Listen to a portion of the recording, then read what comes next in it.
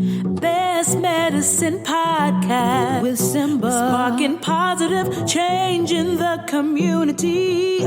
Having real conversations and therapy. You know that laughter's the best remedy. Got that heavy dose of humor for your hearts to heal. With mental health, it can't get any more real, yeah. Best Medicine Podcast. Laugh, love, learn. Best Medicine Podcast. Best Medicine Podcast. This is The Diagnosis. It's your man Simba back in this thing one more time, bruh. And today, I have, guess what? A special guest. All I have is special guests. Each episode, I'm going to have a special guest. So if you even come to this podcast and think, oh, you don't got a special guest, you're a liar. You're a liar. Because I have special guests. And this one is very special. I met this man this year and immediately felt the energy that he brought. Shout out to Second Monday. Yeah. I went to Second Monday. Shout out to Taylor. We're doing big things. And he did a piece about, dedicated to, I believe, his grandmother or his mother. And it really hit home. Mm-hmm. Me not having a mother passed when I was 7. So for him to even give me that, I'm like, okay, this brother has something in him. So I met him, dapped him up, like, bro, I got the podcast. Please do it. And we worked it out. Yeah, we worked it out. And now he's here. Author, poet, activist, father, king, Jeremy. Introduce y'all to Jeremy.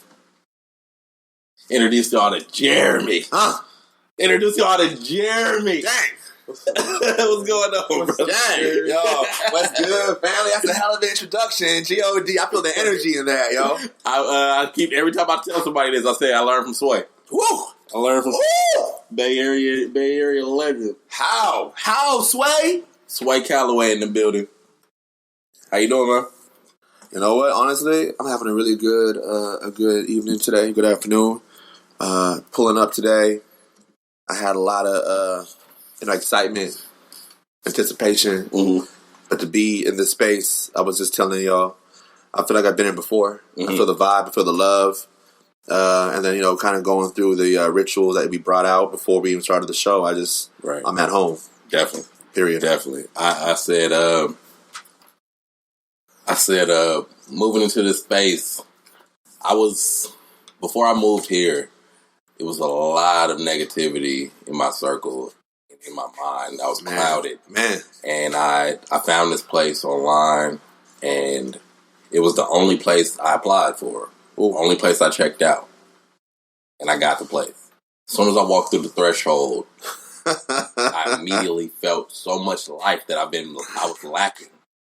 So much life that I was lacking. This is a place full of animals and plants and love and life. And it's a place where I was able to grow. It's a place where I've been able to cultivate myself. Yeah. This place has been an incubator for life. Woo, bars. So yeah, I'm glad you're here, man. I'm glad you feel like you're at home. Oh yeah. Because that's the type of vibe I want. Yeah. I think the cognac helped. Yeah, it's true. Yep. It's true. So, before we go any further, yep. Tell everybody who you are. Yo, greetings. Assalamu alaikum. My name is Jeremy Michael Vasquez. I am a performance poet, spoken word artist, published author, healer in the Bay Area. I reside in San Francisco, and I do a lot of work that really kind of entails the healing of black and brown bodies and souls, because there's a lot of spiritual warfare happening right now. I don't know if you've seen it. Oh man, it's heavy. It's hella heavy, right? So I'm just here to do my job. And I think, obviously, I feel like called to this kind of work. This is the kind of work that, I know the price. It's a heavy crown that we wear. Yeah. But many are called, few are chosen. Period. And you feel that calling every single day you wake up. Real talk. And it's like, if I don't do this, I'm going to die. But I might die doing this. Yo, Chance was talking about that. Yeah. Dead ass. Exactly how I feel. Yeah. Yeah. If I might die doing this. I might die trying to put a smile on somebody's face. Yeah. Yeah. I think, for me, a lot of my work kind of ties back to those before me. I think a lot of my mentors, I think a lot of the people that I've always admired in history, the Malcolms, you know what I'm saying, like Nina Simone's, you know what I'm saying, the Assata Shakur. Right. Like, I can give you a whole list of, like, revolutionaries that paved the way that I've studied since I was in college, that have really kind of shaped the way I think and see the world. Right. And, I think a lot about the silence of others. And, like, our silence will not protect us. At all. And this world, as it is, it will not end by evildoers. It will end by those who watch and do nothing. Right. And I ain't got time to have front row seats for that. Right. I ain't got time for that, bro. Like, because they think they're like, all right, I'm not in it. Yeah. I'm not in it. Yeah. That means it'll just keep going and nothing will happen. And like, nah, you not doing nothing is way more detrimental. Yeah. And what a privilege for someone to say that, right? Yeah. Like, to be excluded. Right. When so much of what's happening affects us directly. Directly. Like, whether or not I choose to be a part of anything, right. I know what's happening in the pipeline. Right. The prison pipeline. I know what's happening in the juvenile halls. I know what's happening in the classrooms. I know what's happening in Section 8. I know what's happening in our government. Right. I know what's happening all across the board. Right. So if I were to look away from that, it's like, dog, you choosing. That's a choice. Yeah. That's a choice. Yeah. Once you gain knowledge, you can't take it away. The red pill. It's that red pill. Yeah. Come on. And you have to live in that. Period. You have to live in that. And it's sometimes when especially when I was younger. Now that I've become a man, I see it a little bit differently. But sometimes I was like, I don't want to know this. Yeah. Why did I have to figure this out? Why did I have to open my eyes to see how fucked up this world is? Bruh. Because I'm talking to certain people and it's like, you don't see none of this? Like, you just cool with this? They didn't know why I was so out of it last week. Ooh. They didn't understand that I was just through last week. I didn't have nothing to give last week. I'm glad I'm on spring break because I work with the schools. Oh, wow. So I'm glad I was on spring break when this news hit. Let's get right to it. R.I.P. Nipsey Hussle. R.I.P. Nipsey Hussle. R.I.P. Nipsey Hussle. R.I.P. Nipsey Hussle. R.I.P. Nipsey Hussle. Okay? It was Sunday. It was a week ago today. Damn. A week ago today. Oh, good. Just a week ago. Come on, bro. Damn, you right. This week. Say it again. R.I.P. Nipsey Hussle. Oh. It was all good just a week ago. I heard the news Sunday morning. Oh, Nipsey Hussle was shot. Damn. Yeah. He'll be alright. Yeah. He'll be alright. He ain't going out. Yeah. That was 11:30. By 3:30, go on Facebook. First post. Yep. Is Nipsey Hussle dead? Yeah. Everybody in the comments. I'm like, wait, what? Wait, what? I go to the comments like, no, he's not. No, he's not. He got shot. The comments say, yeah, they just reported it. I'm like, all right, this is some Facebook shit. I'm gonna go online. Is Nipsey Hussle? Google. Yeah. Nipsey Hussle dead. Yeah. What? Yeah. Yeah. What? Yeah. Y'all killed Nipsey Hussle? Yo, where the cognac at? It's over. Give me that cognac over one time. with. You gotta get that last sip. It's a wrap. Damn, this is heavy. It's a wrap. It's heavy right now, yeah. Pour some out for him. Real talk, man. And then I went, that Sunday night, I went to the Joe Budden podcast at Fox Theater. Wow. And if anybody has ever watched the Joe Budden podcast, it's pretty much primarily a comedy show. So you expect these four brothers to come out and, you know, make you laugh for an hour and a half, 2 hours. They came out solemn. We lost a pillar of in rap, we lost a pillar. In our community, we lost a pillar. They came out, this show was dedicated to Nipsey. Yeah. It wasn't too much jokes for that hour and a half, 2 hours. Yeah. They were still trying to like make it work, but it wasn't no comedy show that night. It was palpable in the Fox Theater. Wow. The energy of a loss and grieving. Yeah. Ended it with everybody had their lighters up. Nipsey Hussle blue face. Come on. It was something that personally I needed because I would have just been sitting in the house. Yeah, it's grieving. I got to share that with 3,000 people. Joe Budden and his folks. Like, we all shared that grief together. 3,000 people. 3,000 plus people. Wow. Shared in that grief together. Wow. So that helped me a lot. Wow. And me, I'm not playing Nipsey Hussle every single day. But what I am doing, like, I've heard about Nipsey Hussle 10, 12 years ago. Yeah. My big homie who was down there, was in LA, in San Diego, with the gangbangers and stuff like that, knew who Nipsey Hussle was before the deals and before all this other stuff, and put me on him early. Now fast 14 years later, I'm seeing all the moves he's making outside of hip hop. Come on, and I'm saying, even last week, it was like, oh, Nipsey Hussle planning to stop gun violence or gang violence or talk to the LAPD about gang violence. Yeah. That was the day before. He died the day before. Yeah. He died the day before that meeting. A week ago, I saw that article. It hit a lot of people. Yeah. It hit home a lot of people.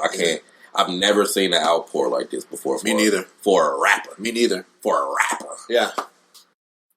For a rapper. Yeah.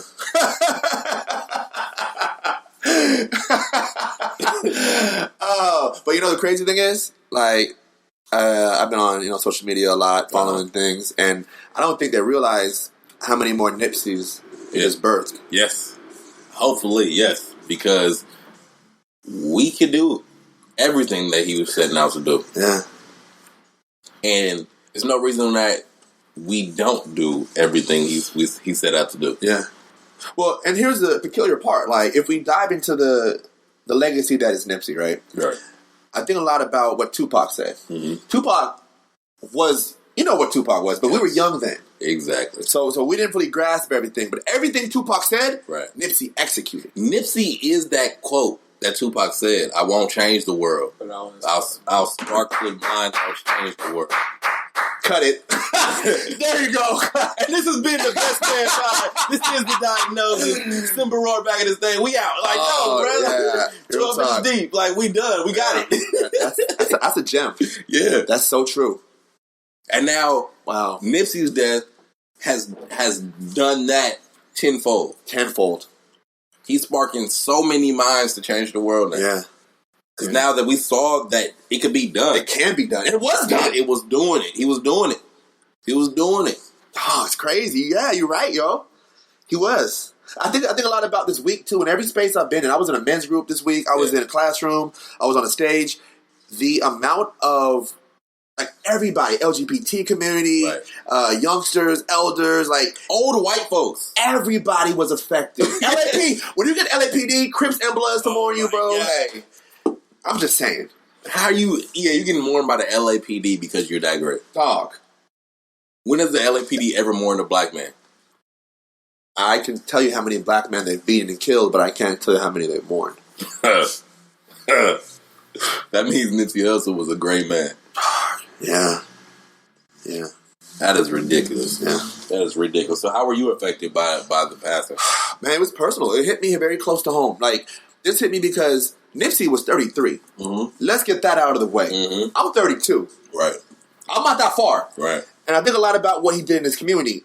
I represent my community in the same aspect. Like, I do a lot of work that involves going to gangs, going to juvenile halls, going into jails, going to rehab centers. Like, I'm not just on Facebook. I'm not one of these armchair activists talking about shit. We in the streets, bro. Yeah. We with the community. Like, you know what I'm saying? It's not like I'm running away from my responsibility. I saw Shannon Sharp, and I gotta be 100. I saw Shannon Sharp talking about something on First Take, like, this is why black people don't stay in their community. This is why we leave and never come back. And I'm like, I keep hearing that. And I'm like, yeah, that ain't gonna work for me, because that fear, that tactic you're using ain't gonna work. That's not how Nipsey lived. That's not how we live. He knew it. That I'm in the gang infested neighborhood, but I'm still fucking here every single day.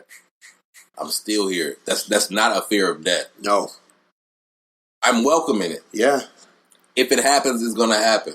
Yeah. But I'm not shying away from it. I am here every single day. We're in our communities every single day. If I die, I die. Yeah. I had a conversation yesterday, and it was like, wow, so real. Someone was telling me about somebody that they knew was robbed at gunpoint. Yep. And got robbed or whatever like that. It was a young lady. And I was saying, well, you just gonna have to murder me, bro. Like she was like, yo, it's traumatizing and all that. I'm like, yeah, if you're afraid. Yeah. But if you know what you've done and you stand in your own, like, you're not afraid to die. Like, are you gonna murder me right here in the streets right now? Yeah. Are you gonna do it? Yeah. No, you're not gonna do it. So get the fuck out of my face, nigga. Period. $50? I ain't even got no money on me, bro. I got a debit card, bro. I'm gonna give you the debit card, but then I'm gonna cancel the card immediately, bro. Like, what do you mean, bro? Get out of my face trying to rob me. If you're not gonna murder me, bro. Yeah. If your idea is to murder me, then do it right now. Right now. You're afraid, so get out of my face. Yeah. Yeah. Get out of my face. It's so true. But you know what? I think a lot about what you just said, and it's obvious that, like, to whom much is given, much is expected. Definitely. And, like, with the kind of work you're talking about, Nipsey, like, it just makes it very clear how close we are to the end, how close we are to mortality. And I don't know how many people in general can relate to the experience of a black man. Yeah. Like, only black men. Only black men. Yeah. I saw something I'm going to read to you. Closest thing is black women. Closest thing, yeah. So here's what I saw that I really wanted to touch on. And it really struck me because it, like, spoke to my spirit about what we're going through right now. Mm-hmm. It's right here. Black men are lusted but unloved, fetishized but unwanted, hated yet imitated, needed but discarded, rejected and disrespected. Black king, we are alone in this home. Yeah, definitely. That is definitely a word. They want to be us, but they hate us. Yeah. How you hate what you love? Whew. Y'all are backwards. Yeah, I totally agree. Which is why this is so necessary. Which is why I salute you so much for the work you're doing, bringing us into the space, sharing this work, having this platform. This is literally like how you continue the marathon. Like, you feel me? Like, this is exactly what Nipsey would want, what all the fallen soldiers would want, for us to keep it moving, to keep storytelling, to keep healing our community. Definitely. I don't understand. What I don't understand is you take a leader. Yeah. Right? We're always asking, where are our black leaders? Where are our black leaders? Well, where are our black leaders? Well, you have the ones who are, I like to use hip hop a lot. Of course. The difference between rap and hip hop.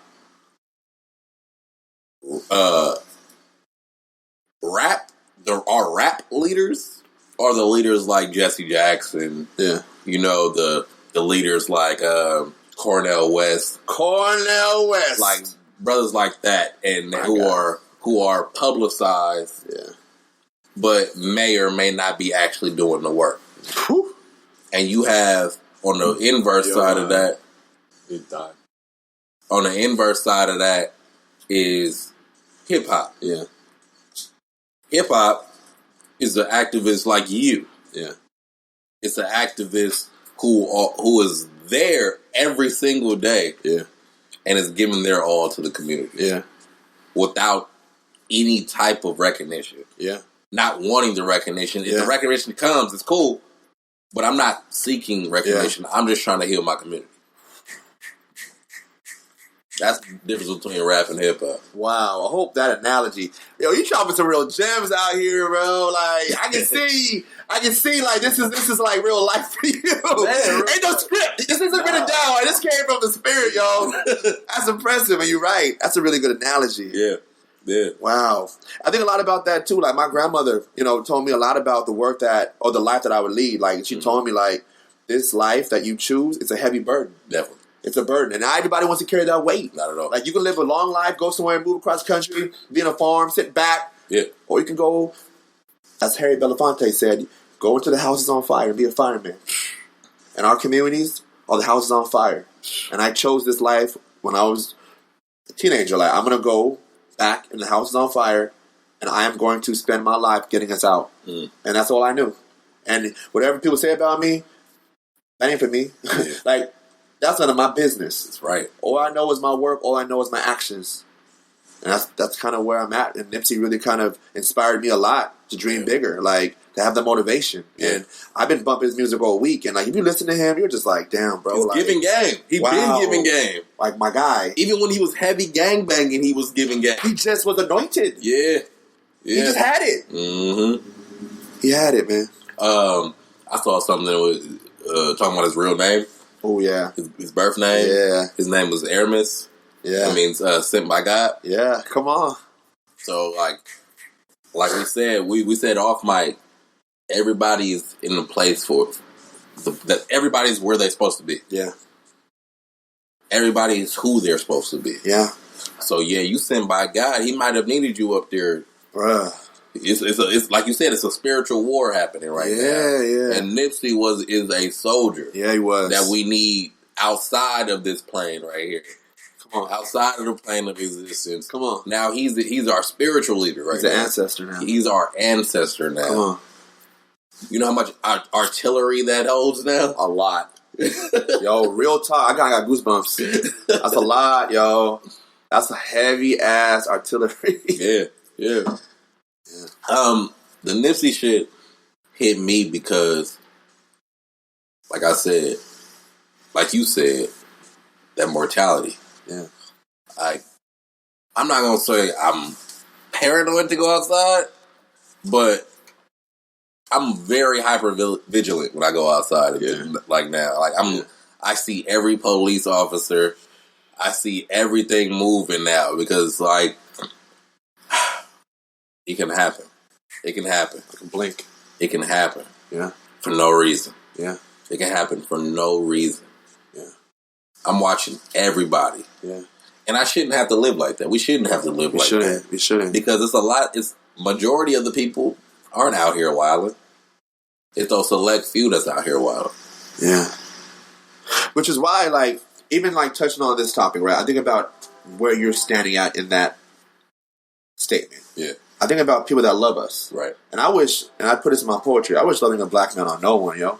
That kind of anxiety, that kind of stress. Right. I don't want nobody to have that. Right. Like, I think a lot about the women in our lives, right? Yes. That choose to love us, that know when we don't come home. Yeah.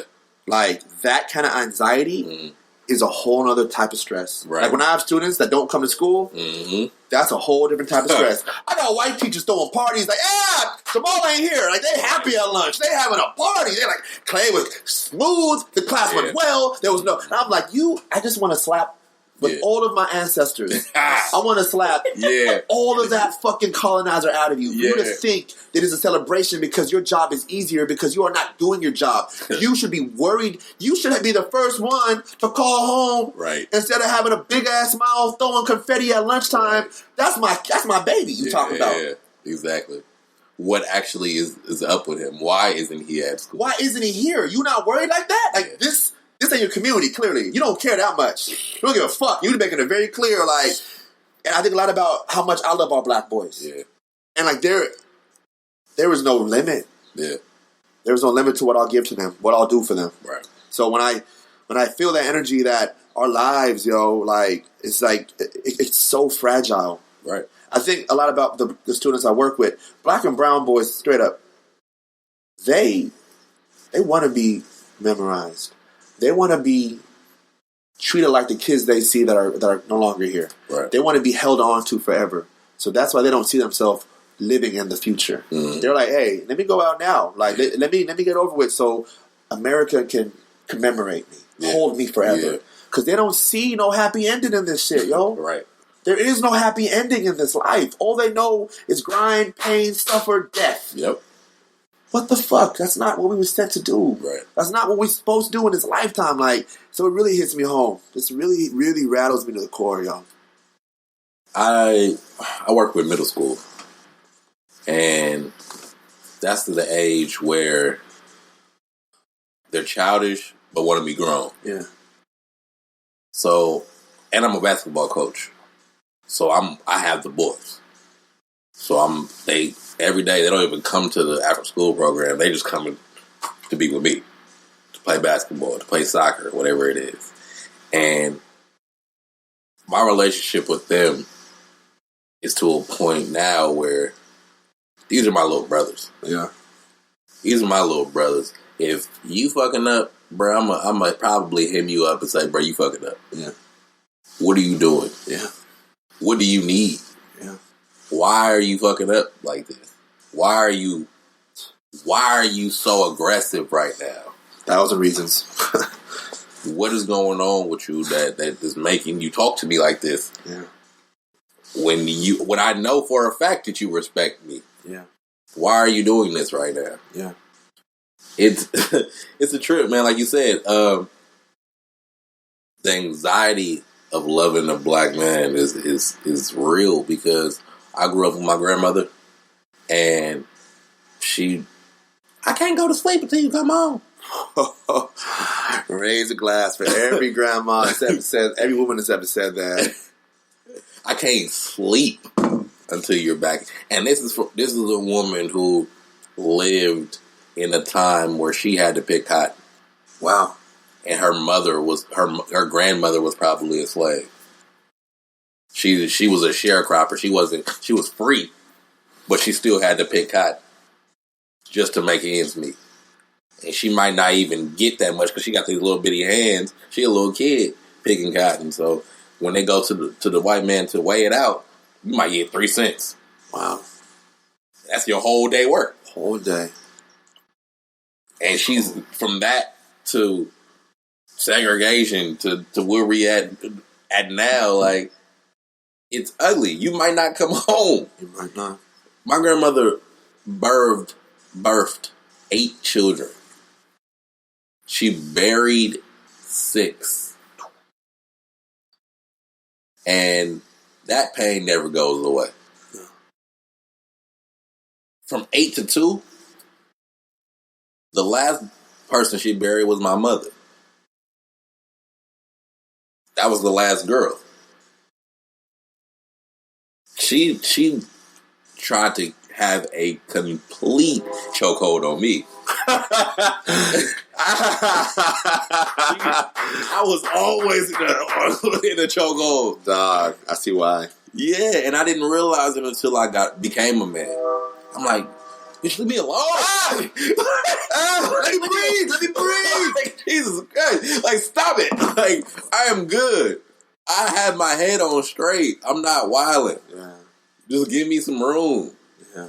And it's just like, nah, because you might not come home. I feel like I can't. Yeah. I can't. I get it now. Yeah. I didn't get it when we were young. At all. I get it. We just wanted freedom. That's all we wanted. Now we got freedom. We like, let me back. Let me back in. Yeah. Like, you said you gonna pay my rent? What? Let's do that. Like, let's do that. Like, I'll certainly sit at this dinner table and eat the food that you made me, and I don't have to cook. Like, dog. I am good. All of it. So, tell the people what you do in your work. What kind of work do you do? So, like, just to be upfront again, I just really want to applaud your grandmother for what she did on you. Yeah. Thank you for... she did a good job. Thank you for doing that work. The work that I do, It's spiritual work. Okay. So I go into spaces. I think of it like going into the hopeless spaces. Okay. These are the roses that come from the concrete. I'm in a constant connection with them, whether they be in jail, juvenile hall, rehab centers, classrooms. I go looking for black and brown youth that are the ones that are troubled, Right. at risk, having anger issues. I look for them. I'm like, where are the badass baby kids that you can't stand with the grills and the tats and the ankle monitor? Where they at though? They're there. Okay, let me come in for a workshop. Get right to it. In that hour workshop, usually I tackle identity. Okay. I tackle trauma, and I really, really, really kind of break down the word depression. Okay. And the word depression, if you break it down, there are 3 words in that word. I obviously pressed on. And I think it's me teaching our youth and anybody who's of trauma or struggle how to push through the concrete.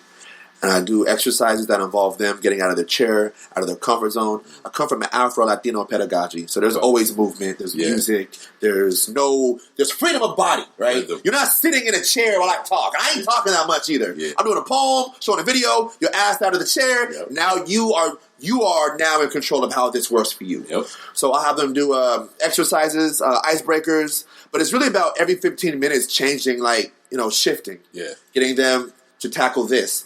Getting them to see themselves in that narrative. Right. Getting them to share their story here. So I'm constantly in spaces where I am giving them permission to see themselves in a different narrative, to change the story. That's beautiful. And it involves art. I use poetry. I use spoken word. I use movement. But most importantly, there's a tool that I use called love. There's a tool that I use called love that I can tell they haven't been loved that well in a while. Right. Like, I don't walk up in there and give them this distance. I'm coming in there with the handshakes and the hugs off top. Yep. And if some of them, obviously aren't like that, I have to earn that kind of trust. Definitely. I do my best in that amount of time to connect, to tell them about my story. Right. Once they know, okay, this boy grew up with a stutter. Oh, so he knows struggle. Right. His father was incarcerated. Oh, he might know a little more about me than I thought he did. Right. Oh, his grandma was an immigrant. Oh, for sure. So you know what? He ain't here to pick up a check. This is real. This is my life right here. He's doing this for me. I came for you. Yeah. And that changes when a kid knows you came for them. Yeah. You can reveal so much to someone, a stranger, that a teacher's sitting like, I never knew. That's facts. Of course you wouldn't. Yeah. You ain't love them like this. Yeah, you don't love them. Period. You don't love them. And you ain't coming here and let them know your cards. Yeah. You coming in here trying to hold this mantle of what school you went to, right. How much you know, right. How much. They don't give a fuck about none of that shit. None of it, bro. None of it. Unless they know how much you care, they're not going to care. Not going to care.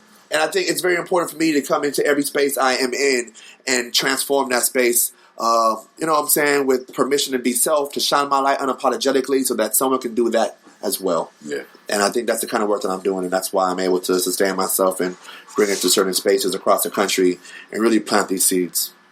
I tell, especially my basketball boys, because I was there last year at their school full time.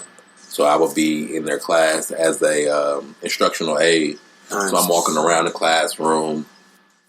Oh, you need help? Or why you not doing your work? Yeah. You need help? Let's go. Let's do your work. Stuff like that. Just bothering them. Yeah. To a point where they would come in every day looking for me. Yeah.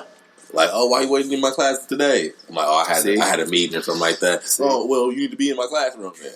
I'm like, all right, bro, like, chill out. To where I got in such a good relationship, such a bond with them that, shit, I'll fuck around and mess with them. I'm a fucking little kid. Yeah. I'm a child inside. Yeah. And I'll walk past them, smack them in the back of their head. Yeah. They get bucked. Man, you good. Yeah. And they're like, Jamal, what are you doing? He's like, but Mozzie. They call me Mozzie. Because of my dreads and my mustache. That's dope. But that's dope. But he said, they were like, oh, Mozzie messing with me. I'm like, what? What? 40K. I'm just trying to help you with your work. And you're talking, why would you lie on me? Fucking with the kids, man. Fucking with, I'm like, well, please be quiet. So your teacher could talk. So they fuck with me. You know what's really heavy about that? A lot of them don't have that at home. At all. Like, that's the heavy part. Like, when you really get to the weight of it all. Yeah. They don't have enough of that to be a kid. Our black kids aren't conditioned to be kids. Exactly. Those are grown men at age 5. Grow up too quick. Yeah, they intimidate somebody. They're scary when they're a baby. Yeah. So when they're getting that love from you, that might be the only time of the day. Exactly. I tell every practice, I go around a circle by name. How you feeling today? Wow. How you feeling? Check in. How are you feeling? I had some little girls. Why you always asking us that? How many people in your life ask you how you feeling? Nobody? That's why. You go your whole day and nobody asks you how you're feeling inside. I'm going to be that person to ask you how you're doing. How you're feeling. Because how you're doing and how you're feeling is two different questions. Two different things. You could be doing all day, but how are you feeling? Ooh. What's inside of you? Ooh. Do you need to get anything out? Yeah. What's up? I'm here. This is your opportunity. Man. See, this is a good example of not all heroes wear capes. Yeah. Nah. They wear t-shirts that say no justice, no peace. Come on. Come on now. Come on. I got time for this. Man. You're the author? Yes, sir. How many books? I am finishing my 3rd book right now as we speak. 3rd books. What's your first and second called? The first book is called Bold, Assertive, and Tender. The second book is called Unshackled. Unshackled. That's the one I saw. Yeah. So were they a book of poetry? So I'm a spoken word artist, and I think so. Here's the great thing about what we're doing, yo. Like, there are different mediums that we have to change the world. Definitely. Right? Art, like Nipsey. You know, so many of our artists, they're using their story. Yep. So I put my story in poetry form. You heard a small sample, and it's me just kind of telling my story from an Afro-Latino perspective, like, because they know about Robert Frost. Yeah. They know about Shakespeare. They know about all these motherfuckers that don't really relate to them. Yeah. They don't see themselves in none of those stories. And then we teach them. And we teach them this shit, right? Yeah. So they look at that like, I don't really... When the last time you been in school and read a Maya Angelou poem? Who? Langston Hughes. Ooh. James Baldwin. Listen, and the answer is never. And there's a reason why. So my books are specifically tailored to tell the story of someone that they can relate to, something they can look forward to, or something that makes them say, I'm not alone. Right. And my art, my medium is poetry. And I don't rhyme, but most of it is spoken word poetry. So I'm able to perform it for them while they read it. That's beautiful. And that's kind of double. You know what I mean? Because students... We have rhythm in our DNA, yo. Like, you know what I'm saying? Like, if they can put some bars together, you know how many young kids I got publishing books now? That's amazing. Like, that's transformation. Right. Taking something that has not been ours and making it ours, reclaiming our voice. Definitely. I think that's the gift about, you know, being a storyteller, being an author is like, in every room I walk in and I have that book in my hand, you see kids like, you went through all that and you still did that? Yeah. So. Yeah. I don't got no excuse now. I can do whatever I want to. All it is, man. And I ain't rich. Right. But that's the best thing about it. Like, I'm wealthy as fuck, though. Talk about it. The wealth that I've accumulated from my community, you know, like, you talked about something earlier about, you know, knowing how close we are at the line and, like, not being afraid if someone comes and jacks you. It's like, I'm very comfortable with my legacy, bro. Right. If you make me a martyr, that's unfortunate. Yeah. But if you let me get some more time, if you give me more time, I have that conversation with God a lot. We have real conversations while I'm usually in tears. Like, yo, I know what you're doing around me and you're doing inside of me, but I just need more time. I'm not done yet. Right. That scene from Wakanda, from Black Panther, where he goes, T'Challa goes and he sees his father the second time. He's like, I gotta go home. Yeah. I'm not done yet. Yeah. And you guys are all wrong. You guys are all wrong. That's kind of how I feel most of the time. I have to change the bullshit that y'all I gotta break all these curses that you put on me because I ain't done yet. So I think about that's kind of like probably I never told nobody that. That's probably like the scene of my life. Because every time I'm kind of like wondering if I got more time, like send me back, wake me up. I'm not. Exactly. So I saw a video of you on Instagram. And you were hugging this young man. Yeah. Can you relive that a little bit? Yeah. So I was at Pittsburgh High School. Shout out to Pittsburgh High. I see you. They gave me this shirt for their BSU assembly that I hosted in February. Anyway, I hosted this BSU assembly stepped and everything, and they were like, we need you back. Our kids, they saw you, they heard you, they felt you. So I came back, and I did 2 days of workshops back to back. And one day I did something about identity. The next day I did something about fathers and about grief. So I hit them in the heart back to back all day for 2 days straight. And one of the kids, one of the young kings, the first day I was there was just really like gravitating toward me. Gravitating. You know when someone gravitates, they kind of just find themselves around you at all times. They're looking at you. You know the energy. You know the energy. You know the energy. Yeah, it's like all right, I feel it. So at the end of the first workshop, I talked improv, the only class of that day, about my father. About how I hated him. When he was alive, I rebuked him, right? This man was homeless. This man was on the streets. This man was in jail. He was on drugs. I had no sympathy for him. I was conditioned from a young age to hate him. Right. Society did a very good job on me. He's a deadbeat. He ain't shit. Don't be like him. So I disconnected from him. So when he died, I told the story of the funeral and the grief that I had. And someone in the church told me at his funeral, I told a joke at his funeral. Right. I was just, no fucks were given about his life or his legacy. His man was like, I know your father. The only reason he avoided you is because he wanted you to be better than him. He didn't want you to relive that. He didn't want you to give you that curse. Yeah. So I said that story, and this boy stepped out, and he came back in like when class ended, and he was just gushing. He was like, yo, you said something about your dad that hit me because I just lost my dad, and I didn't know how to articulate what you just said. Like, I hated him. Right. But, like, I need to let it go because it's not helping me. Right. And I gave him a hug because he was just like, you know, kind of just sitting there. And I was like, yo, come in here, like king. And I just opened my arms and I took him home. And I just held him. You definitely embraced him. Like, it was a real genuine moment. Yeah. It was beautiful to watch because you don't see that. Yeah. You don't see just someone giving that type of love to someone else. Yeah. Not genuinely. Yeah. It was beautiful to watch. I was like, I was fucking jealous of that little boy. I never have been held like that before. Like, oh man, he looked so comforted. Yeah. And consoled. Yeah. That I was fucking jealous, man. Yeah. I was like, that ass, yo, where was the people? The reason why I do the work that I do now is because I did not have me when I was a kid. Tell them. So I am everything that I wanted as a kid. Yeah.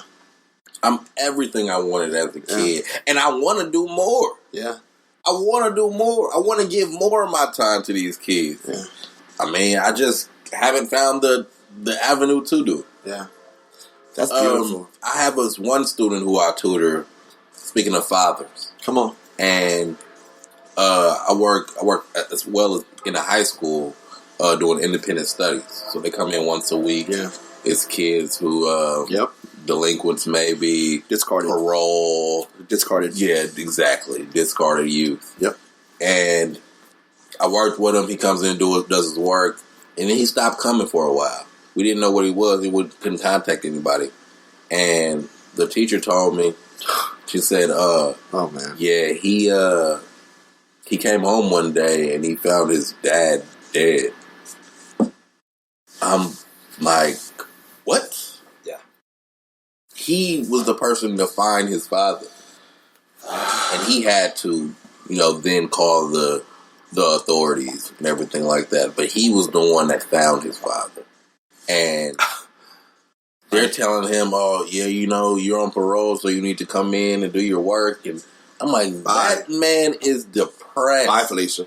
Like, you cannot assume that he's going to come in a week or two after his father. He finds his father dead. That is traumatizing to a child. You're not even caring about his well-being. You're just worried about him doing this work. Where's the humanity? What's going on? Like, also Marvin, what's going on? Where's the humanity? Humanity. Yes. She's like, I get it, but you gotta move on. I'm like, you do not get it. Yeah. You don't get it. Even if he did have a great relationship with his father, especially if he had a great relationship with his father, for him to be the one to find him, you can't know. I don't blame you for doing no work, bro. I don't blame you for doing no work, bro. But I would like you to get help. I would like you to talk to somebody about it. Do an assignment like that. If you want to do some work, give him credit for going to see somebody and talking about how he's feeling about that. If you want to give him credits, if you want him to do some work, have him work on himself. Wow. How about that? Wow. Did y'all hear that? Yeah. I was pissed. This is the same teachers who go and say, I just want them to go to college because they're employable and they'll do the work. And it's crazy. What? It's fucking crazy. This young lady wants to be a cosmetologist and own her own salon, and you telling her to go to college because she's employable. That is fucking crazy. She wants to be an entrepreneur. I've spent an hour with her and looking up cosmetology schools. We found a cosmetology school where she can go to with low cost. She doesn't need to take out a loan. They don't even accept loans because they want their students to not be in debt after they're done. That she'll be set up with an externship program after a certain amount of time. She will have money in her pockets before she would have graduated college. And she said, "Oh no, I want her to do more." What's more than living her dream? You want another young man? He does coding. Oh no, I don't want him to do that. Amazon has warehouses he could work in. Oh, do you know, lady, that in 10 to 15 years there isn't going to be no more? There's going to be no more warehouses, and you're going to need somebody like him to code those machines that are going to be in those warehouses. This ain't gonna work. What are you telling me right now? This ain't gonna work. Yeah, this ain't gonna work because they're employable. It's so many. I get touched. I touch so many children. They touch me so well. It's like I wish that I could do more. Yeah. I had a young man. Oh my gosh, man! I heard last week. Last week was a real weird week for me. But last week I heard a story. A young lady gets shot at West Oakland Bar Station. Another one? This is the one from last week or like 2 weeks ago. She gets like 17 years old. Gets murdered at West Oakland Bar Station. I get a phone call from the homie. Like, you heard about that girl who got shot? I'm like, yeah. So you know who did it? I'm like, who? Like, your little homie. I used to tutor this dude this year. 16 years old. He graduated high school at 16 years old. So he was free. But living in West Oakland, now you graduated at 16 years old, you got a lot of time on your hands to do fuck shit. You not work. You can't really work because you're 16. They're not going to hire you. You can't go to school all day because you graduated already. What do I do at 16 years old in the hood? But get into some mess. So I'm looking at articles and they're not even giving any names because they're minors or anything like that. But the fact that I know more information than the news is giving is wild to me because I'm personally invested in that. I helped this little boy graduate. How do you take care of yourself, bro? That's a great question. How's your spirit? How do you ease the weight of all this? That's a great question, man. I just have been blessed to be in a mind state of peace. Like I've cultivated a state of peace. Okay. That like I said, last week was a weird week for me. I just have to stop. I have to stop what I'm doing. I have to just take my time. And like I told my job, I need a week off. I need a week off because there's too much happening right now. I'm waking up. I'm not getting sleep. I'm in my head. I can hear my brain moving in my sleep, like rattling all the shit off the shit that I've been thinking and doing. And I'm tossing and turning all night. Have you ever thought about why there's not, like, people can call in sick, people can call in all these things, why we haven't had a category called calling in black? That's racist. Get the fuck out of here. Get the fuck out Get the fuck out of here. Oh, man. That's Dead ass. racist. Dead no, ass. it's not. Yeah. This is real shit. Real. I need to take a mental black day. Yeah. Yo, real talk. Real talk. We out here in shambles. Yeah. I take mental days. You have to take mental days, bro. Yeah. Yeah. It's things we can't handle, but we got to put on a happy face. Whatever that means. Right. And especially for me, like that's why I'm glad I work with the youth. Because they give me that energy I need to keep going. They really do. They do. I would be fucked up if I couldn't see those kids. Yeah. I would be fucked up every time I come in the room. I'm hearing like it's almost like a applause happens when I'm in the room. I'm just Mozzie, what? I'm like, hold on, you hold on. I'll be over there in a second. I'm gonna say what's up to you in a second. Talk to them real quick. Yo, Mozzie, man, come here. Give me a second, please. Give me a second. The spirit don't lie. And the spirit don't lie. They're waiting for me. The spirit don't lie. Yeah. That's how I'll take care of myself. I help the youth. Yeah. I need those kids the way that I needed somebody. Oh. Thank God for becoming who you needed. Bad. So I wanted to talk about, because using that hug as an example. Yeah. I wanted to talk about in your ideas, what is masculinity? Beautiful. So I was raised in a household of women where I learned to embrace my masculine and my feminine. Right. So I learned to embrace what makes me feminine, what makes me masculine. Mm-hmm. In my humble opinion, masculinity is the things that give me the ability to stand on my manhood, like my principles. Mm-hmm. Something that, gives me the abilities to have the spirit of all of the men in my life that I should have had. To be right, like to be able to be dependable, to be able to be able to provide love and to provide guidance. I think a lot about mentorship, the word, and a lot of that is missing right now because we don't have any men. Yes. So masculinity looks like teaching our young boys the love of a father's touch. Yeah. The support, the encouragement of a man, the how to keep your head in a swivel and how to be able to take life as it is. And that's something that I feel like I really have tried to bring to every space, is the perfect dose of masculine and feminine. I agree with that because, I was raised with my grandmother. Then at 13, I started getting too hot for my britches. And she had my uncle come out here to live with us. Uh-oh. My uncle's a gay man. So I don't want to hear anybody tell me or tell anybody that a gay man can't raise a heterosexual child. Preach. Because my uncle, who is gay, is a man. Yeah. And you can't tell me he's not. Yeah. He showed me masculine principles. Yeah. Even in his femininity. Yeah.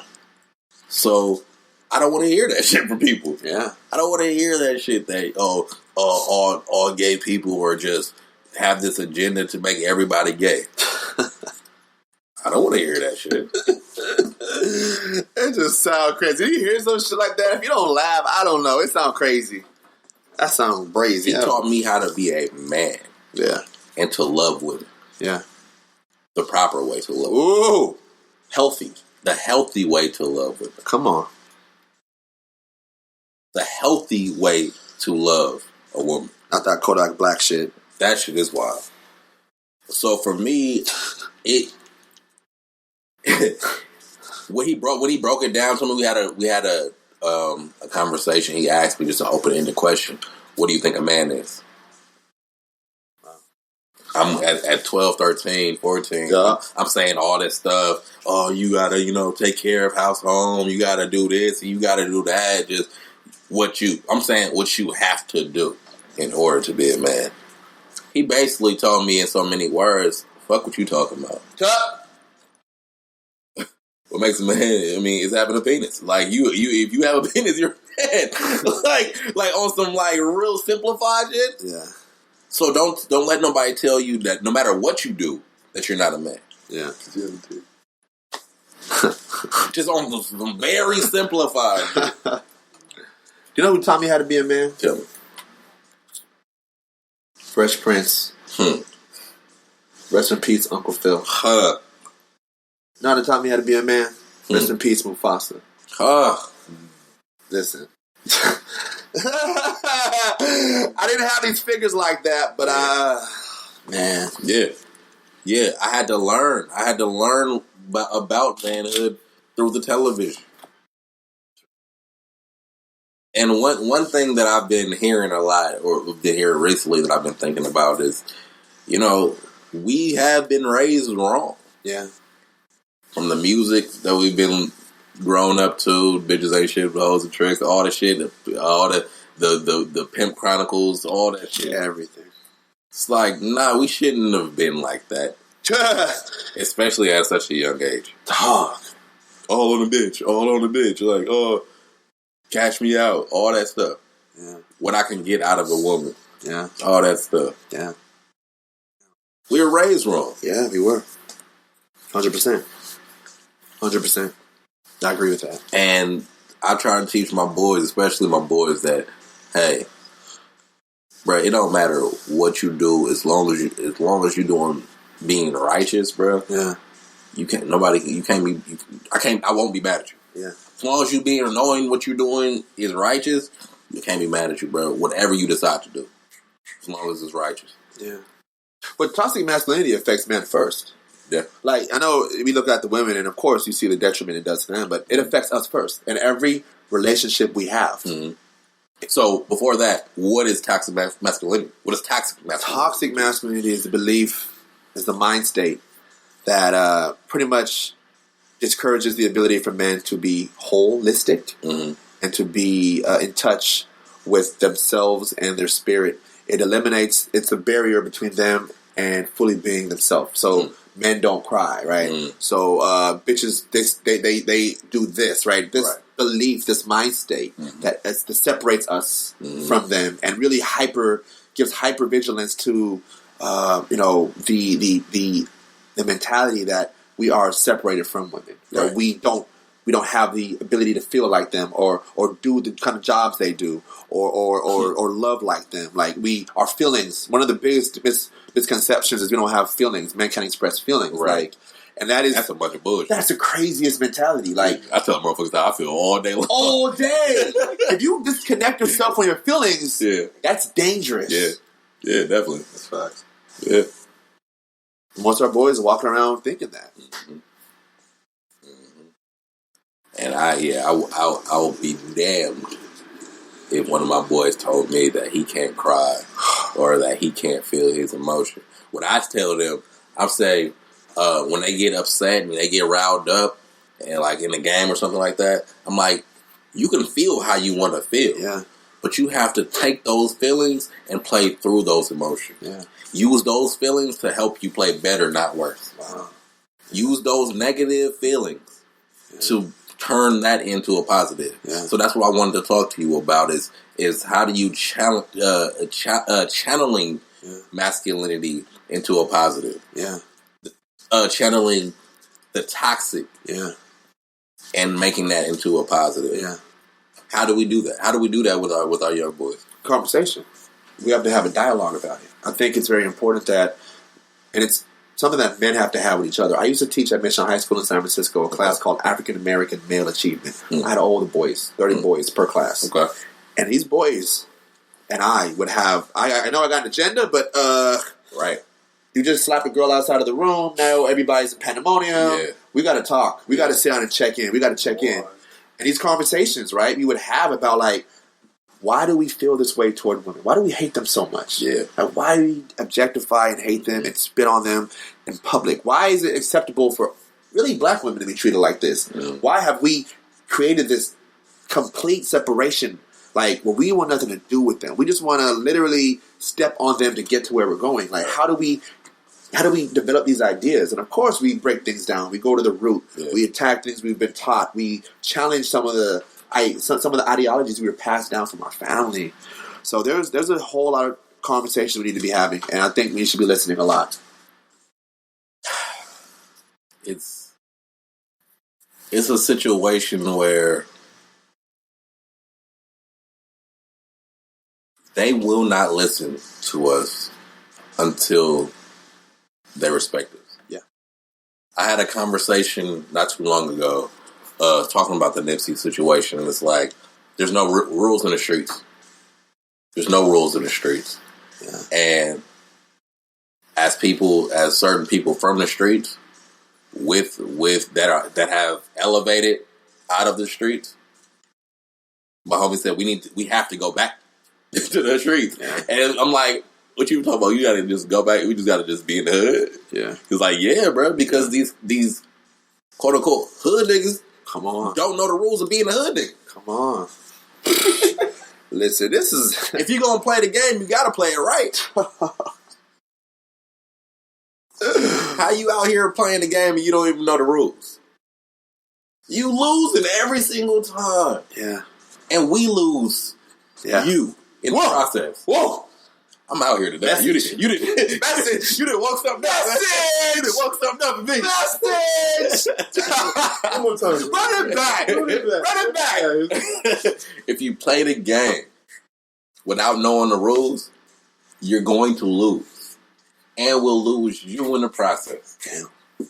We have to wait, and we have to hope that you all will have these conversations among yourselves. All we can do is show you the result of us having our own conversations as women, and hope that you replicate it in your own kind. We can only tell you so many times, please don't, please stop, do this, do that. But if you all aren't doing it within each other, then it's just me cussing people out in the corner. No, saying, did all 5 of you dudes just watch that man scream at a woman and I'm the only one who has something to say about it? Well, I didn't like that they did it. Then fucking say something. Why is it my job? Well, he might hurt me. What's going to happen to my ass? Right. But I'm not going to let her walk alone knowing, because that's my sister. Right. You all have to have these conversations with each other. We can't scream it at you anymore. Yeah, I've seen that. I've seen girls be the first person to jump. Oh, we're the first one. That's my fucking sister. Yeah, stop. That's not right. I'll walk across the way in a man's face and say, how often does that work for you? Yeah.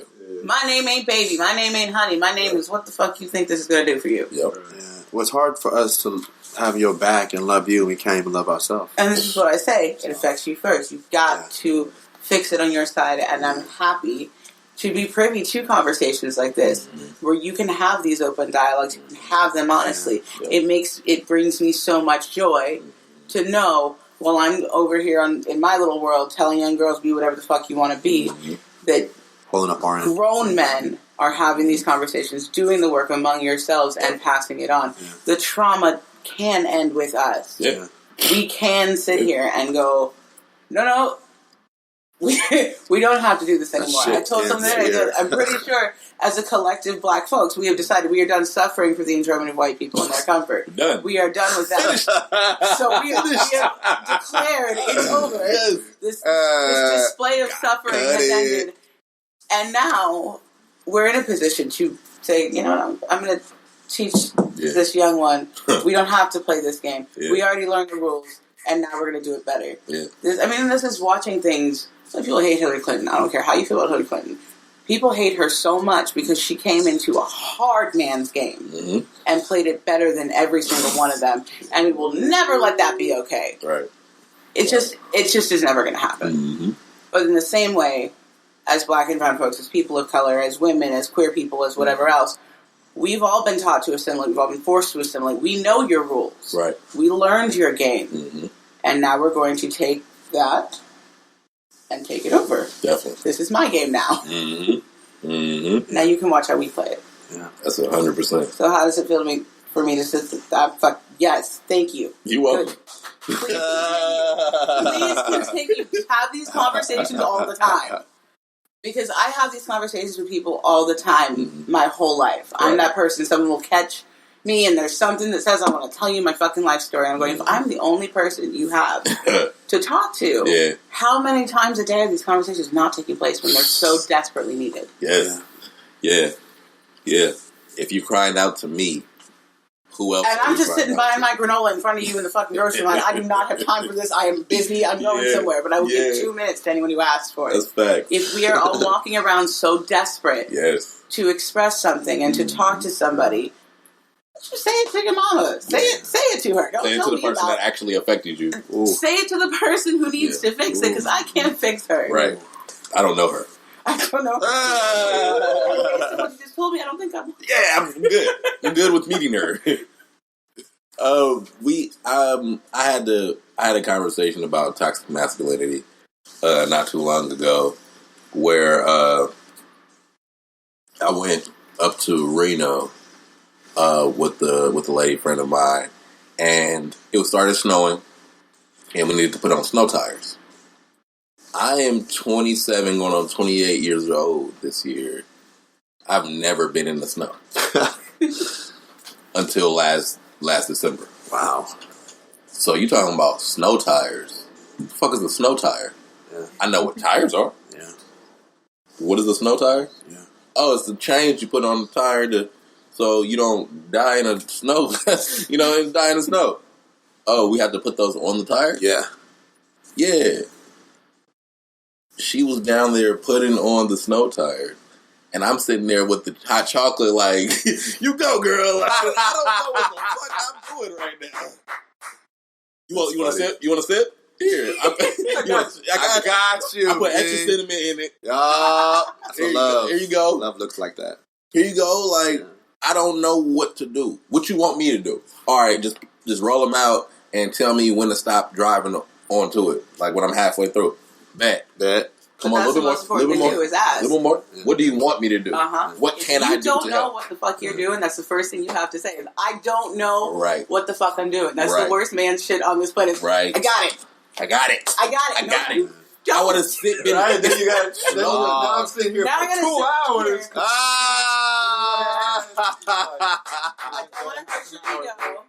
That's toxic masculinity. Huge. There you go. I got it when you don't. Instead of saying, hey, I need help. Help me. What do I do? Yeah. What do I do? Yeah. What do I do? Yeah.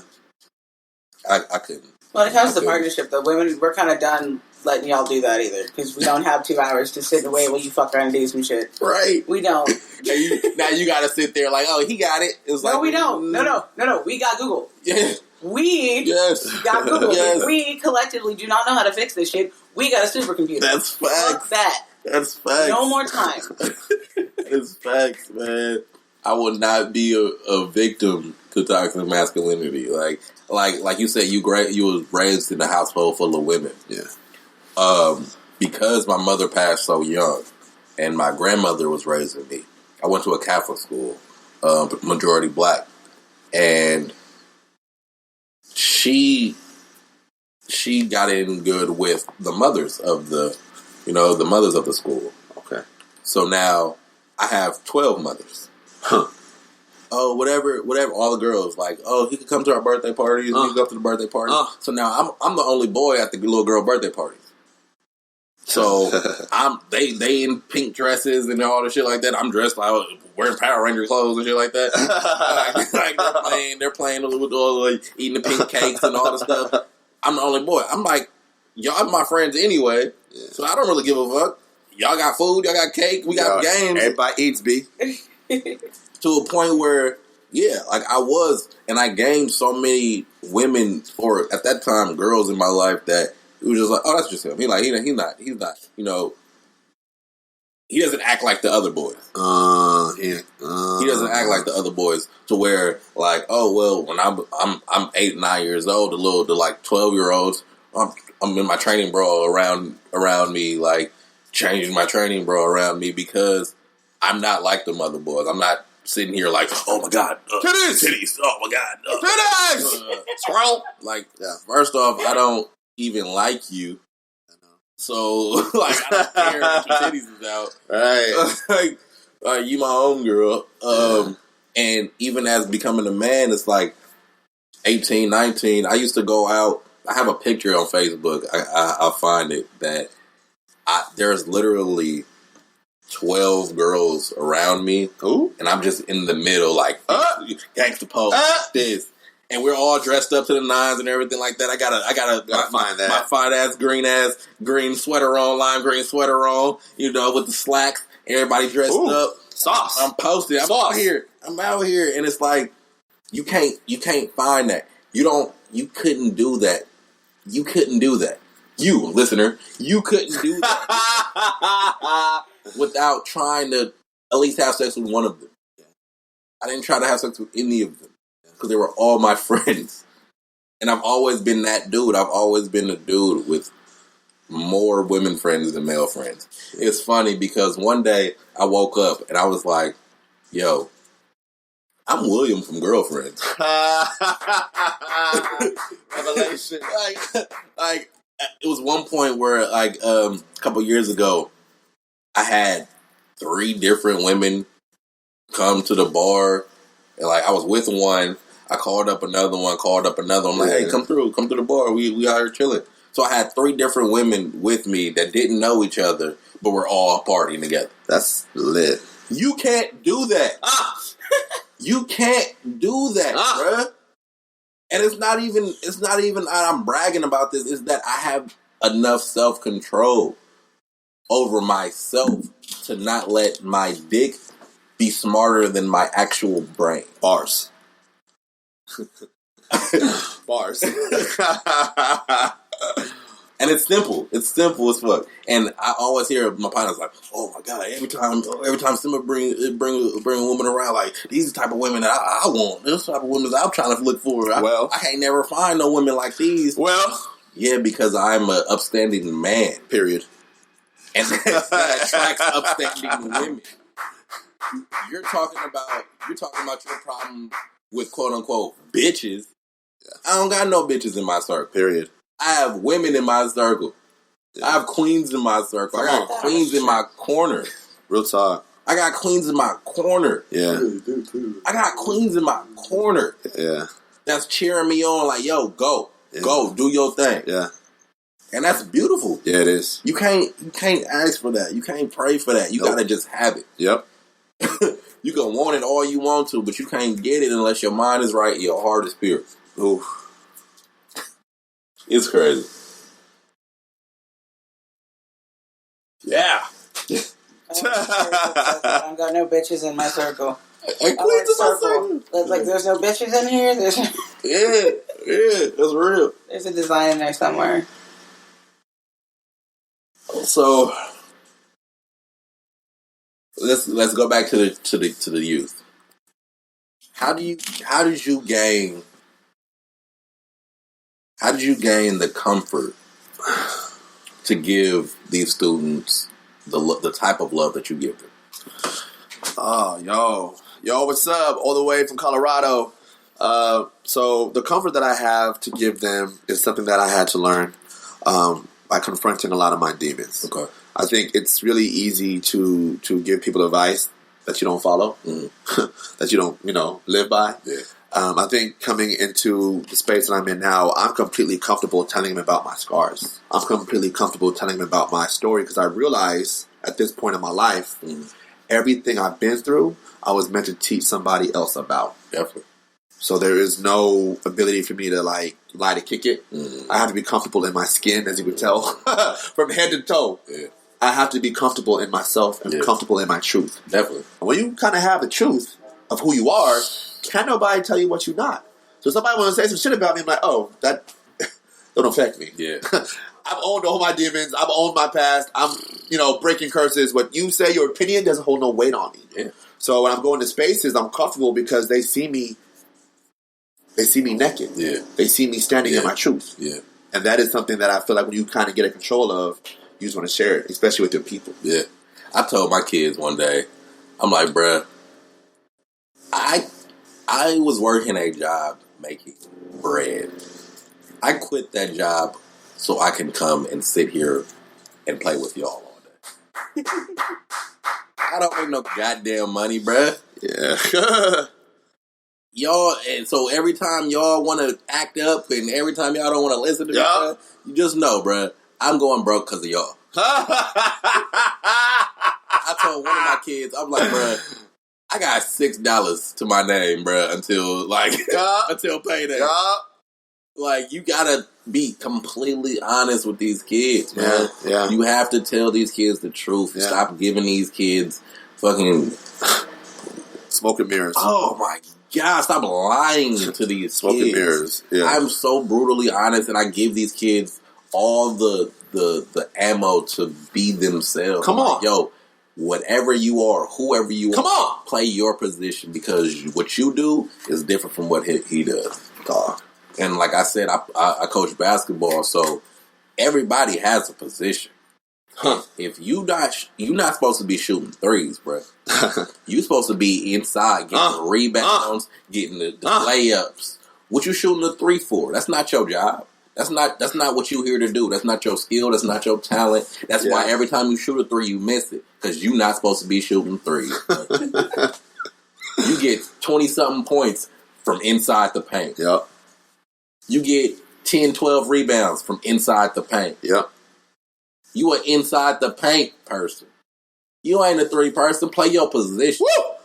Come on. Give your talent. Come on. You know, like, make sure your talents are reached. Yep. But on the inverse of that, giving them that clarity and giving them that honesty. Yeah. How often is it that you still have somebody who won't meet you halfway? Well, I think a lot of that has to do with where they're at. So I meet them where they're at. Definitely. And some of them aren't ready to step into that place. Definitely. Some of them are still recovering. Mm-hmm. Some of them are still have that shield up. Mm-hmm. So, it's really, it varies very much from student to student, where they're at in their journey.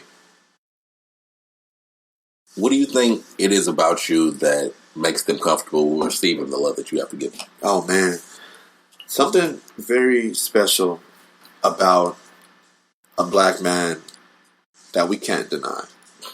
We just can't deny it. Yeah. There's something very special about us that most people will never know, the magic. Mm-hmm. This Black Boy Joy, that's not just a hashtag. That's a real statement. Yeah. That's a real life. Yeah. So I feel like when a kid, and there were actually studies, and I know as an educator you know, there were studies that show that students learn better when there's a black man in the classroom. Mm. Like, if you really want to break it down, like, there is a way that students learn. If you equate now the black male with the black male that goes above and beyond, right, that doesn't stay within the realms of masculinity, you have now created a superhero. And you give it some locks. You give it some representation. Come on, man. They see themselves in you. You talk like them. You have now created literally a ladder. Yeah. So in many spaces, I am a ladder to everything they have dreamed, everything they have prayed for, everything they've kind of denied and thought about. I am that living embodiment of a unicorn in many spaces. Yeah. And for so many of our kids, they don't ever see a successful version of themselves. They don't see a narrative outside of the homies, the block. Right. But they don't see us. Right. So when we step into that space, I ain't even got to say too much. I just step in and they just like, who is he? Like, mesmerized. Yeah. Mesmerized at the infinite possibilities. Yeah. And then when it comes to the loving heart, man, like, and kids can sniff out authenticity. They're like, very much like dogs. They know if you here for them, if you're not here for them. 100%. So when they see that and they feel that, they are literally right there in your palm. Yeah. And that is the kind of power you cannot take advantage of. You got to be very clear, like, all right, I've gained trust now. I've gained their hearts. Yeah. What do I do with it? Where do I push this? How do I move the needle? How do I navigate? Yeah, I was a young lady, and I especially because, like I said, having so many, women friends, it makes it easier for me to understand the plight of a woman. Yeah. It helps it easier. It makes it easier for me to empathize with a woman. Yeah. And everything that she goes through. I had some students the other day. She was crying and bawling, being dramatic and stuff. I'm like, what's going on? She was like, I'm like, why are y'all outside of class right now? What's going on? She was like, I can't go back in there. I'm like, why? Why not? He's in there. Who? Blah, blah, blah. I'm like, so? He's like, no, it's like, I can't go in there because woo, woo, woo. I'm like, first off, don't you ever run from no man. You are way more powerful than you're giving yourself credit. Period. Your presence should make him uneasy. Ooh. Come on. If y'all have a problem. Come on. You need to be in there with your head held high. Yeah. And make him, let your light shine so bright that now he's uncomfortable and he needs to walk outside. Don't give no man that much power over you. Yeah. Period. It's not, I'm saying nobody is better than you. Yeah. Nobody's better than you. Yeah.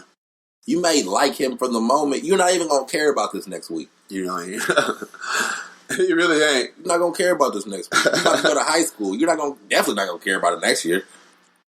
I don't, like I said, I'll be damned. Yeah. If I don't make an impact in these kids. And you are. Yeah. Point blank, period. Like, you just being consistent in their life, you are. You just showing up every day, you are. As you were talking, I was looking for this quote that I found, and it says, the job of the black male educator is not... Say that loud. The job of the black male educator is not to be the masculine weapon against black boys for the purpose of maintaining order. No. But to serve as a rejection of rigid norms and stereotypes superimposed on the bodies of black males. They are an enriching guidance of love. And that's exactly what you have told in every single story. Literally. Yeah. Literally. Yeah. I have to give the love. I don't know nothing but to give the love. My government name in the Hebrew it means life. Come on. Because my mom knew she wasn't going to be here. So she gave me that name for me to live on after her. Wow. So every single day, I'm breathing life. Like I said, when I walked in this threshold, I felt the life. My life is about creating life. I create life through these children. Like they every day they see death. They're getting fed death. And for 2-3 hours, I am giving them a life. Woo! Like we say it all the time. Oh my God, that just gave me life. Me, that's me. Yeah. I'm that thing that gives these kids life. You're that thing that gives these kids life. The vessel. Being able to love. Yeah. And say, I am loved. Yeah. That's the most gangster shit ever. Yeah. It is. It really is. For me to never, like, even through my bullshit, like the kids will go, like, oh, I thought you was going to cancel practice today. I'm like, why? It was like, because you was mad yesterday. Bruh. I was like, bruh, I wasn't mad. They was like, but you was yelling. I'm like, bruh, I yell at y'all every single day. Period. Y'all need to get yelled at. But that don't mean I'm mad at y'all. Y'all just motherfuckers just don't listen.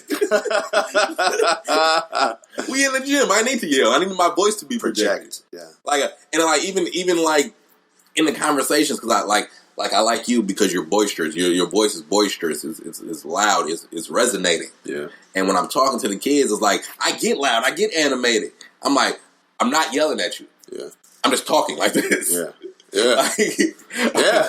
There's certain times where I have to just say, forgive my tone of voice. Yeah. But what I'm saying, is how I'm feeling right now.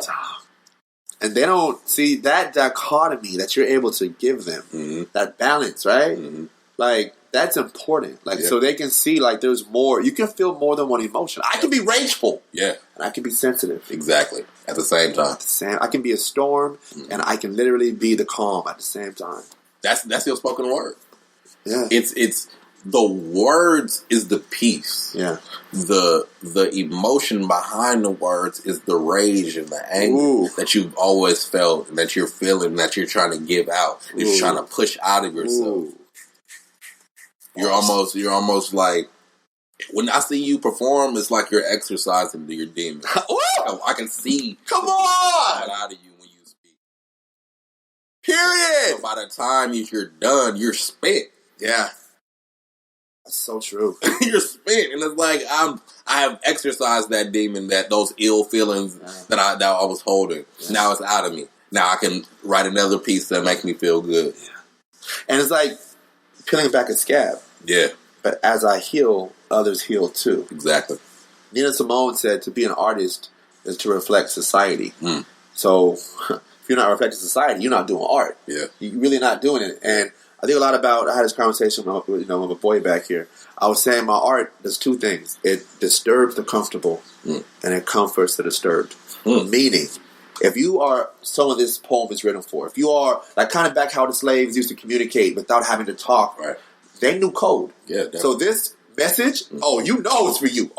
Life, right? Your students, life, free, unshackled, like life. If you are privileged, you have come from a different side of this. You're uncomfortable as fuck. Woo. Yeah. Good. Yeah, exactly. Good. Yeah, I might have to go outside real quick. Yeah. Yeah. This was not for you. Yeah. Leave. Or look in the mirror. Yeah. Get a good look in that mirror. Yeah. Which is the best part of art too. A heavy part of that is just knowing I'm doing the right thing. Yeah. The path that I'm on, like I've been saying past couple of days, that I've had this clarity within myself that I haven't felt before. Wow, speak on that. Yeah. And that, and I've been saying it a lot lately. It's just like, at first I was like, I'm in a state of peace that I'm waiting for the other shoe to drop. Wow, I'm waiting for the bad part of my life. Like it's like, yay! Now I'm waiting for the drop. Yeah, but at this point, I see the drop. Come on, I'm seeing the drop, and I'm dropping. I'm watching myself drop, but I'm still in that peace. Woo! And I'm saying, hey, whenever everything is messed up and when everything is fucked up in the world, peace is still there. Ooh, peace is still there. Yo, the same girl that I was talking to, she was sad another day, and I'm like, what's wrong? How you doing? She was like, I'm upset. I'm mad. I'm like, oh, why? She was like, how about you? I'm like, I'm great. I'm happy. She was like, why? How are you happy? I was like, because I choose to be. Wow. You can feel all the ways that you want to feel. You can feel upset. Yeah. But I have so much peace inside me that doesn't change. Yeah. I could be irritated, angry, upset, crying, disappointed, depressed, but that peace is powerful, more powerful than all of it. Peace is more powerful than any other emotion. Yeah. Peace and love is the greatest emotions that we have. Come on. Yeah, I don't see no change. I don't see no change in peace and the love that I give. And I think to peace, like I feel like you and I have a lot in common, but I think when people see me and they wonder about my peace, they wonder about my joy, they will never understand how much rage, how much violence it took for me to become this gentle. Oh my God. To find this peace. Yeah. And they will never have to. Yeah.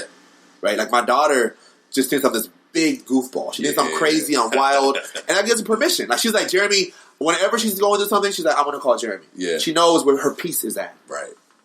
That's all she needs to know. Yeah. All the shit I've been through, the scars, the violence, the abuse that I've done to others and taken as well, that ain't for her. Right. Unless we have that conversation. And I think what you're showing is that peace that you have mastered. And Young King, that is a tool. Yeah. That is a tool. Yeah. That leads me to an idea. Come on. That I heard. Black people invented cool. Yeah. Black people invented the idea of cool through slavery and segregation. Come on.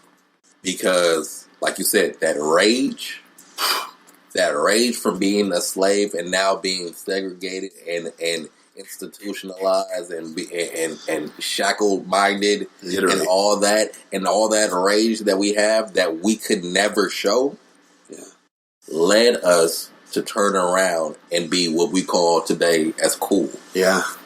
Calm headed. Yeah. But it's what was it? It was rage. Yeah. Plus rage. I'm gonna misquote it, but rage plus peace equals being cool. Wow. Bars again.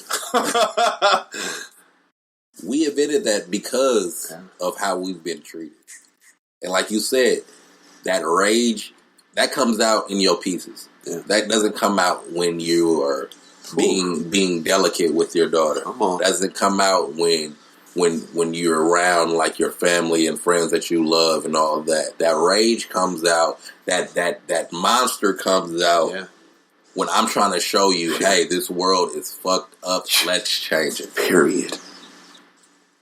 So that brings me to one of the last things I wanted to talk to you about.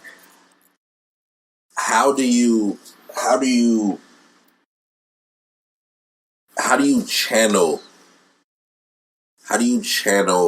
and how do you win that fight between your higher and lower self? Woo! So it really comes down to beliefs. What do you believe? And my beliefs help me tremendously. I believe my ancestors guide me. I believe my grandmother is with me at all times. I believe the prayers that... I come from a praying black woman. Yeah. That shit still covered me. Yeah. Period. Yeah. Those are eternal. That's eternal. Those are eternal. That's eternal. Yeah. That shit still protects me. Yeah. I think a lot about, the other ancestors I've acquired through family, the Nipseys, my father, right? I think about all this energy that is still left. And I believe that when I struggle the most, I'm reminded why I'm here. Yeah. Like, they visit me. My grandma visits me in my dreams. She'll pull up on me, and I'll be like, damn, I'll wake up in the morning, and I'll just be like, stuck. Yeah. I need affirmation sometimes. And she does that. The spirits, the ancestors, I cleanse. Yeah. Even when I get sage, like, everything that I do is to protect my energy and my frequency. 100%. And my mind state is always in battle with doubts, with negativity, with insecurity, with the things that I've been told. So I'm constantly having to renew myself, like the moon. Mm-hmm. And I believe that spiritually I have a lot of guidance, and that keeps me going. Yeah. That's what you asked me earlier. What do I do to, protect myself or to heal myself? Yeah. And I have to be in that state of peace. I have to, like I said, take that time for myself and give myself the freedom to be hurt and angry. We think that, get over it. It's a lot of time. Just get over it. Stop crying. Get over it. It's like, nah, I'm going to take the time to cry. Yeah. I'm going to take the time to feel my feelings and emotions so I can then get through them. I can then work those feelings out. Yes. And then come out on the opposite side feeling refreshed. Come on. That's as simple as that. Yeah. As simple as that. The last time I cried was to Janae Aiko's New Balance freestyle. Wow. Beautiful song. She said most of the times I'm fighting multiple voices inside my head. Yeah. Like, bruh. That's every day. Every day. Every day. Most of the time I'm fighting multiple voices inside my head. Every day. That's giving me that pain and saying, oh, no, you're not going to do anything. You're not going to do it. Yeah. You're not going to do it. You're not going to do it. Don't do it. Don't do it. Yeah. Don't do it. Yeah. But then I find that peace and it's saying, all y'all shut the fuck up. Yeah. I'm running this. Period. I'm running this. Yeah. That fight between the higher and the lower self, like, I'm sure you've seen Us. Twice. Yeah, I would like to see it again. And that's a fight for your higher and lower self. Period. Period. She was fighting her lower self. Ooh. Her lower self was her high self. Woo! And her high self was her lower self. Yeah. So then you have to look in the mirror and say, who am I talking to right now? Who is this person? Who is the face that I'm putting on right now? Oh, boy. Because you could be feeling like, oh, I'm doing the right thing, and be demolishing this world. Yep. I'm doing the right thing. I'm doing the right thing. Nah. But me going to the school every day, you going to the schools and saying, yo, here are my scars. Here are my scars. Let's both heal together. Yeah. Your lower self is making their higher selves even greater. Yeah. So true. And all it is in that same frequency is very much clogging, the pipeline. Mm-hmm. I think a lot about agents. We are agents of change, and you have to be willing to disturb everything. Yeah. And I think a lot of times when I walk into a room and you can see the pain, the anxiety in the eyes, you can tell like, oh, it's heavy, and I'm about to flip the switch. Mm-hmm.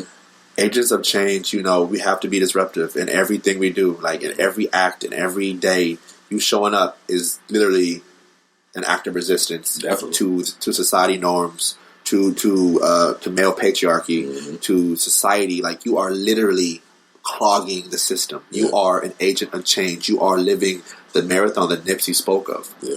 Bring it back to the beginning, right? Like we are literally walking into that space and showing like this is all, this ain't real. Yeah. Yeah. Look inside. Mm-hmm. That's real. Mm-hmm. So before we get out of here, I like to, at the end of my episodes, I like to give the listener something to think about for the week. Oh, come on. So I call this the diagnosis. Come on! Diagnosis number 1. To bring change, you have to be disruptive. Period. You have to. To bring change, you have to be disruptive. Yeah. It's not going to work if you sit by idly and let this bullshit keep clogging up. Come on. You gotta clean it up at some point. Come on.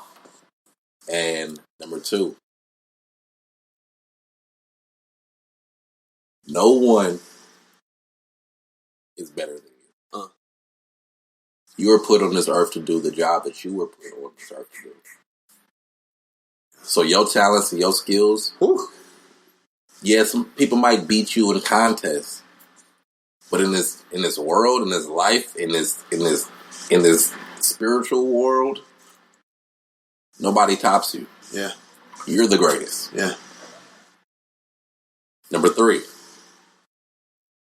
fuck toxic masculinity. Period. Fuck toxic masculinity. Let me get that shit one more time for my people. Hold on. 3, 2, run that back. Fuck toxic masculinity. Straight up. It has to stop because it does not help me, and it doesn't help the world. It doesn't help our women. It doesn't help our children. So anybody who's like, oh well, we just need to change. Everybody's getting so sensitive nowadays. No, y'all are still wilding, and y'all don't want to change. That's y'all. Y'all are wilding. Come on. Y'all are wilding. Stop wilding. What am I on? 4? Last but not least, hug a child that's not yours. Ooh. Give love to a child that's not yours. Ooh. Listen to a child that's not yours. Wow. And watch their lives change. Wow. I told the kids, yo, you might not ever see me again. But in 10, 15 years, when you're doing whatever you're doing, you're going to be like, yo, Mozzie was a real dude. Yeah. He really cared for us. Yeah. He really gave a fuck about us. Yeah. He really was there every single day for us. That's my diagnosis for the week.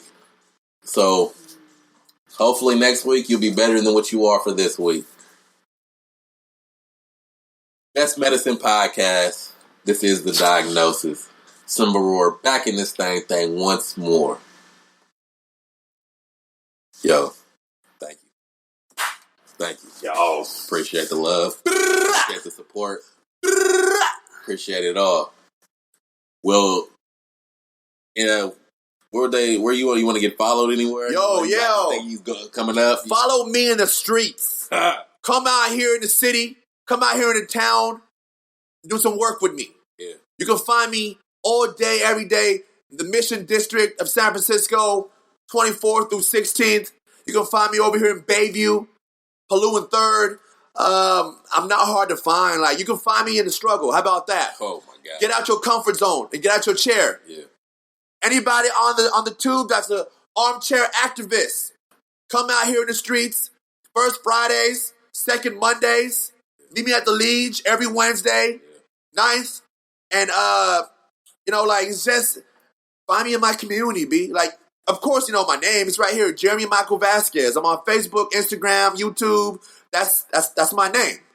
Like, that's my legacy. But if you want to do some work with me, come out here in these streets. Come out here in the poetry scene. Come out here, join my man, hug a kid.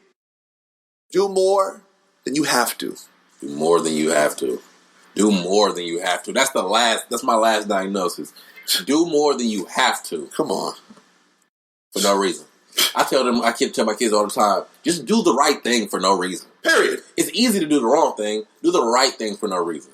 So nobody could have to tell you anything. They don't have to tell you anything. But I digress. I digress. Once again, thank you. Thank you. Oh, man. Thank I got you. This dope video. A million times thank you.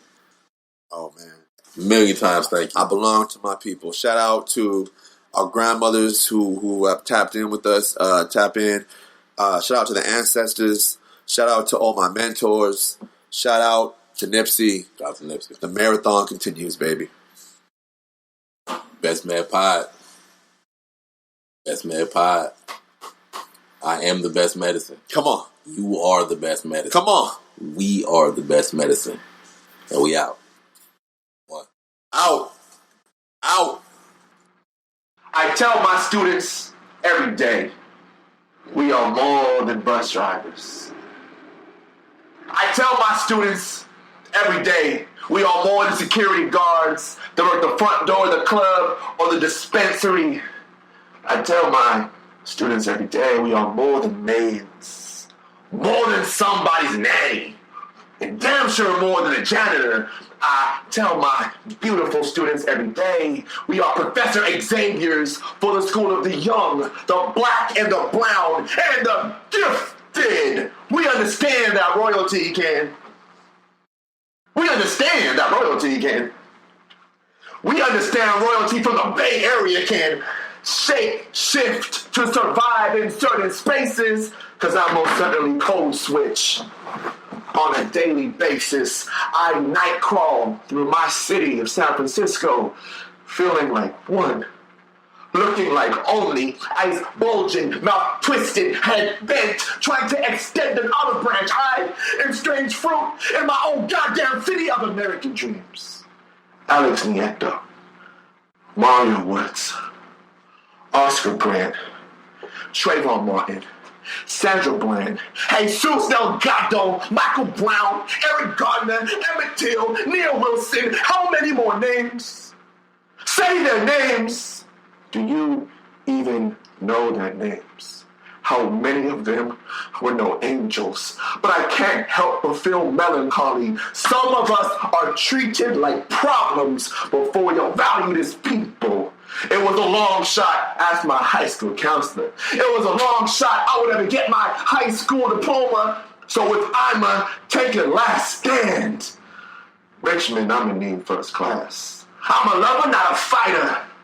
But when society get to treat my people like mutants, grab the hammer by any means necessary. I am warlocked, and no matter how many times this country does its very best to bury us, they forget too often that we are the seeds coming out of the ashes, yelling our shame. We are the phoenix, rising in numbers. We are the phoenix, rising in temperature. Pyro, I marvel at the fact we've been able to control all this fire without it burning us alive. It shall be useful in lighting the torches of thousands. The melting pot is tipping. These are the days of future past. We are being hunted. We are being captured. And if we are not careful, every day we are being killed by sentinels. 20 years from now, you ask yourself, what did you do? What did you do when families are being separated and children are being locked in cages? Legend has it some Black Panthers went through that. I ask you for one favor a day. If you even exist out there, please don't let my daughter go through that.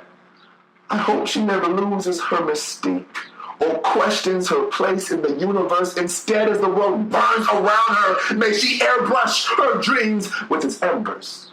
I'm only 5'10" and a half, but I play a rather colossus role in her life, so I ingrain the greatest superpower she'll ever have comes from her cerebrum. And I'm fully operational, just like my beautiful students. She has this ability to elevate above tyranny and intolerance. But understand, as an Afro-Latino, if I were ever just to storm out of her life, it will cause an apocalypse, inciting all forms of meteorological temps. I'm talking blizzards, I'm talking toxic fog, I'm talking tornadoes. My daughter gets long-winded. Whenever I'm about to leave the house, because she knows that 6 years old, when I walk out of these doors every morning, she might not ever see me again. So I wake up every day in beast mode, a manifestation of political activist and freedom fighter. Get a good fucking look. These veins, they pump revolution, adamantium claws in the sides of my oppressor. If walls in America are built, that's fine. I shall raise offspring who know exactly how to juggernaut right through them. We are the children of the atom. This is the school of brotherly love. And where I come from in the Bay Area, this black and this brown, well, together that shit is indestructible. And even on my nappiest hair days, hella goddamn beautiful. The last time I checked, my people have been buried alive and left for dead. Yet we find a way to get back up, dust off our shoulders, and constantly prevail.